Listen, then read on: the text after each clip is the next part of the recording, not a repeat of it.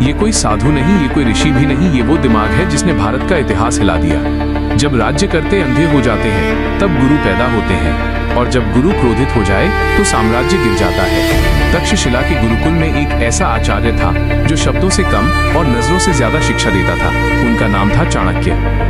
मगध का राजमहल सोना उगलकर चमक रहा था, पर हमारे राज्य का भविष्य मिट्टी पर खड़े एक पुरुष के हाथ में था।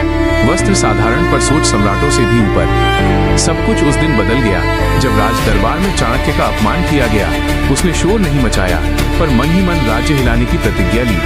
याद रखना, शक्ति हमेशा गद्दी पर नहीं होती, कभी कभी वो दिमाग के कोने में बैठी होती है, और जो उसे समझ ले वही असली विजेता होता है। ये सिर्फ कहानी नहीं है, ये शुरुआत है हमसे युद्ध की, जो तलवारों से नहीं बुद्धि से लड़ जाएगा।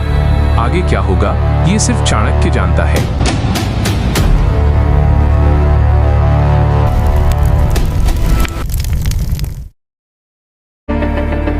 ये कोई साधु नहीं, ये कोई ऋषि भी नहीं, ये वो दिमाग है जिसने भारत का इतिहास हिला दिया। जब राज्य करते अंधे हो जाते हैं तब गुरु पैदा होते हैं, और जब गुरु क्रोधित हो जाए तो साम्राज्य गिर जाता है। तक्षशिला के गुरुकुल में एक ऐसा आचार्य था जो शब्दों से कम और नजरों से ज्यादा शिक्षा देता था। उनका नाम था चाणक्य।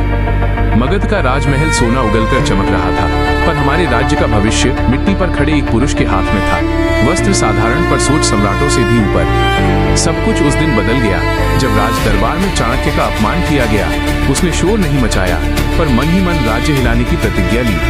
याद रखना, शक्ति हमेशा गद्दी पर नहीं होती, कभी कभी वो दिमाग के कोने में बैठी होती है, और जो उसे समझ ले वही असली विजेता होता है। ये सिर्फ कहानी नहीं है, ये शुरुआत है हमसे युद्ध की, जो तलवारों से नहीं बुद्धि से लड़ जाएगा। आगे क्या होगा ये सिर्फ चाणक्य जानता है।